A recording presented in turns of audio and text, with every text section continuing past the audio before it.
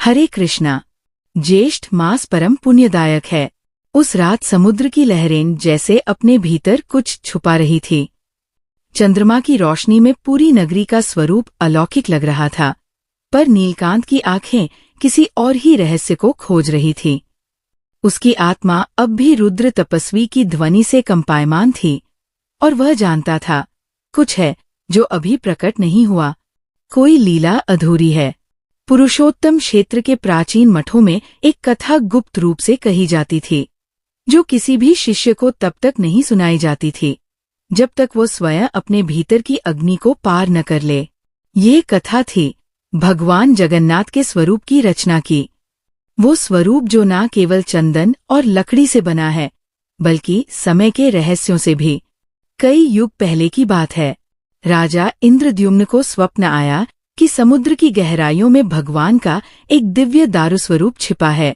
एक ऐसी लकड़ी जो ना गलती है, ना जलती है, ना टूटती है, जिसे केवल वही छू सकता है जिसकी भक्ति निर्मल हो। राजा ने देश देशांतर में दूत भेजे। महीनों बीत गए, पर जब एक दिन सूर्यास्त के समय नीलांचल के तट पर एक दिव्य तेज चमका, तभी एक मछुआरे ने देखा एक विशाल काष्ठखंड समुद्र की लहरों में तैरता हुआ तट पर आ रहा है। राजा ने उस दारू रूप को पूरी श्रद्धा से उठवाया और उसका निर्माण करने हेतु राजमहल में एक सभा बुलाई। राजकुमारों, ब्राह्मणों और शिल्पियों से विचार विमर्श किया गया, पर किसी को उस लकड़ी से मूर्ति बनाने की सामर्थ्य नहीं थी। तभी एक वृद्ध शिल्पी दरबार में आया। उसका स्वर कोमल था, दृष्टि स्थिर और चेहरा तेजोमय।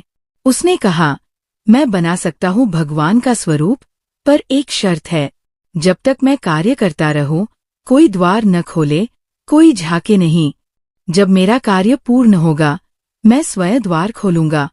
राजा ने सहर्ष स्वीकार किया। शिल्पी को काष्ठखंड सौंपा गया और उसे मंदिर के एक कक्ष में बंद कर दिया गया। दिन बीतने लगे। पहले 2 दिन भीतर से मधुर ध्वनि आती रही, जैसे कोई मृदंग की थाप हो, कोई शंखनाद। पर तीसरे दिन से भीतर पूर्ण मौन छा गया। रानी का हृदय घबरा उठा। उसने कहा, यदि वह वृद्ध जीवित नहीं रहा तो? राजा ने धैर्य रखने को कहा, पर चौथे दिन जब कोई ध्वनि भी नहीं आई, रानी रो पड़ी। हे स्वामी, क्या प्रभु की मूर्ति अधूरी रह जाएगी? राजा विचलित हुआ।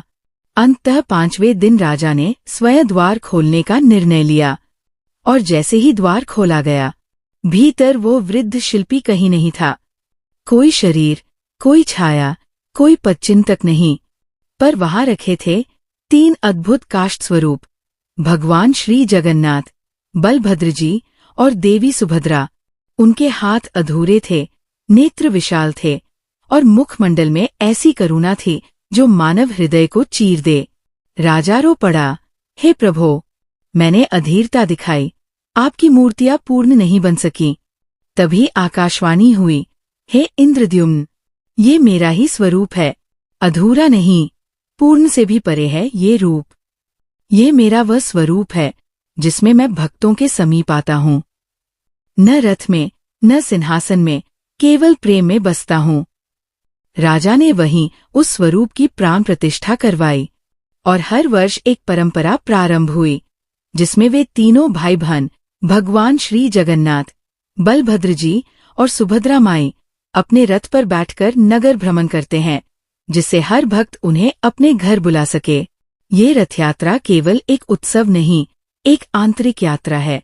आज नीलकांत वही पुराना मंदिर देख रहा था जहां वह दिव्य निर्माण हुआ था।